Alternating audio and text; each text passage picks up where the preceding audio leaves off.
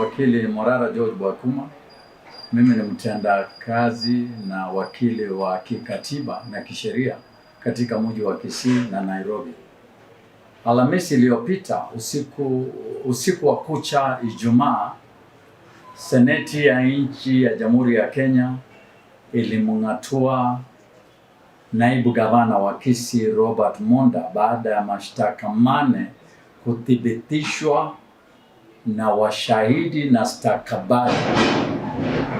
Na kisha leo imejiri kwamba gavana wa Kisii His Excellency Hon Simba amemteua mwenyekiti wa Public Service Board Bwana Elijah Obebo kumrithi aliyeng'atuliwa Robert Monda. Na kuna changamoto zenye zinaelekea kuenezwa ama kuongelewa na wananchi wa Kisii County na wa Kenya kwa jumla.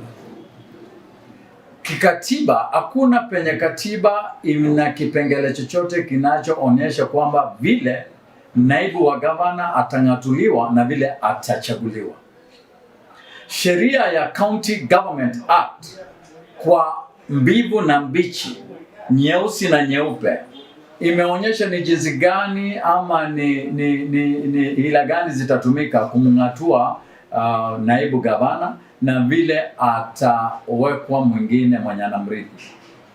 Na koti ya juu kabisa nchi ya Kenya, Supreme Court of Kenya, imetoa wasia kuhusiana na hili jambo, sana sana kwa ile jambo ya kaunti ya Embu na kaunti ya Nairobi.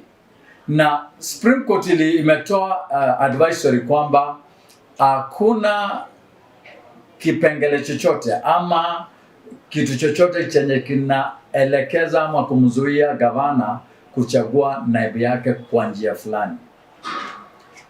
Tujiulize kwa swali, katiba katika kipengele cha 149 inaongelea juu ya vile rais atachagua mwenza wake kama hayupo katika mamlakani. Kama rais amepatiwa nafasi kwa katiba kwamba anaweza chagua naibu wake, basi kwa mimi mwenyewe kama mwanasheria ninakusudio kwamba hicho kipengele pia ni sharti kitumike katika mabadiliko ama kuweka mwingine katika nyadhifa ya naibu wa gavana. Kwa sasa Monda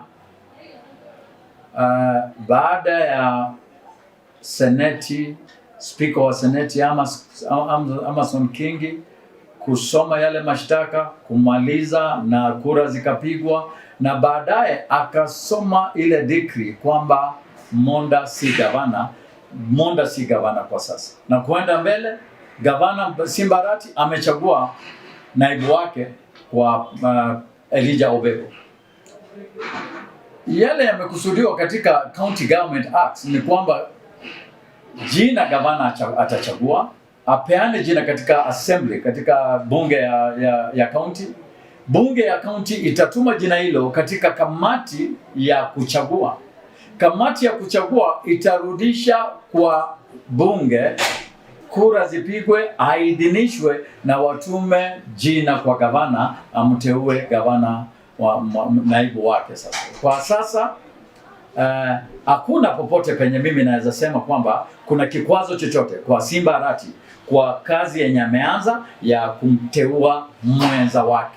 Gazeti ndio tangazo lenye limekubalika katika kisheria kwa chochote kile serikali inafanya ama chochote kile kinafanywa kwa niaba ya umma.